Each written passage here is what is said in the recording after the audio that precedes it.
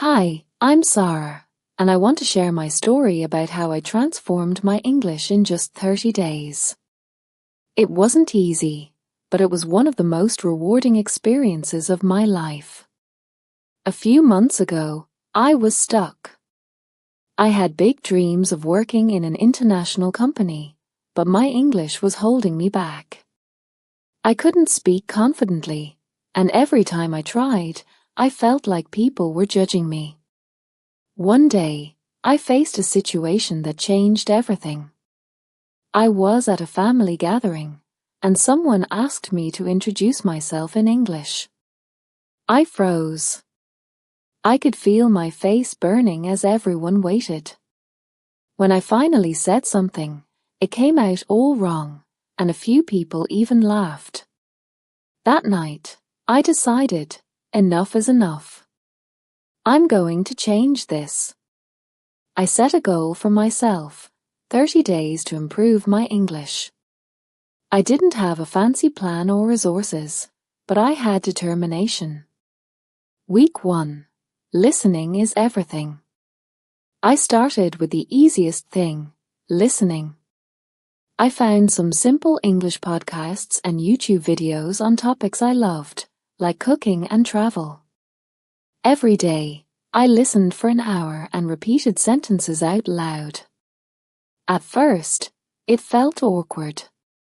My pronunciation wasn't perfect, and I struggled to keep up, but I didn't stop. By the end of the first week, I noticed something amazing.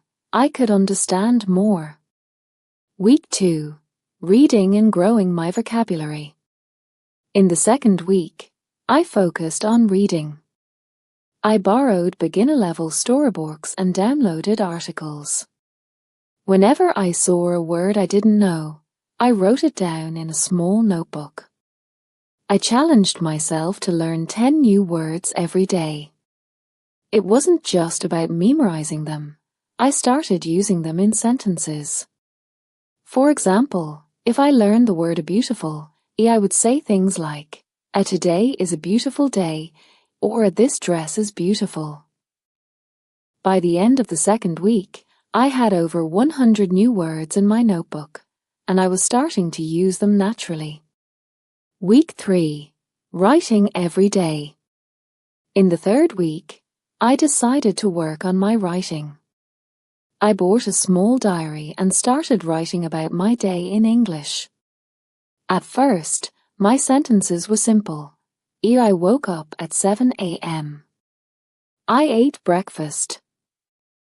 But as the days went on, my writing became better. Today, I went to the market and bought some vegetables. It was a sunny day, and I enjoyed the walk. I also found a free online grammar checker to correct my sentences. It showed me where I was making mistakes, and I quickly learned to avoid them.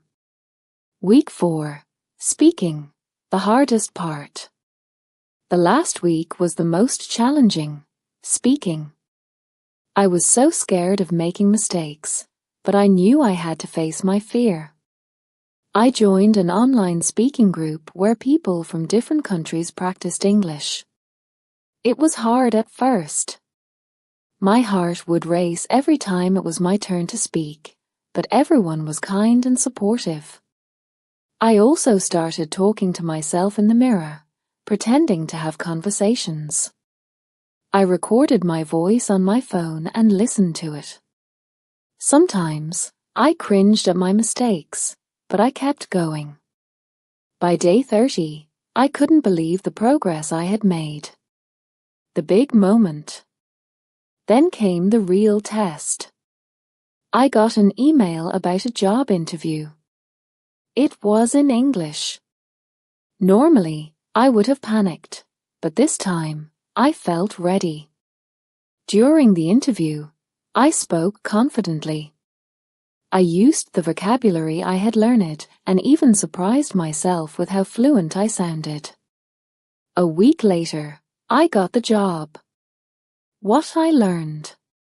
Looking back, I realized that improving English isn't about being perfect. It's about trying every single day. You don't need expensive courses or years of practice. Start small. Listen, read, write, and speak. If I could do it in 30 days, so can you.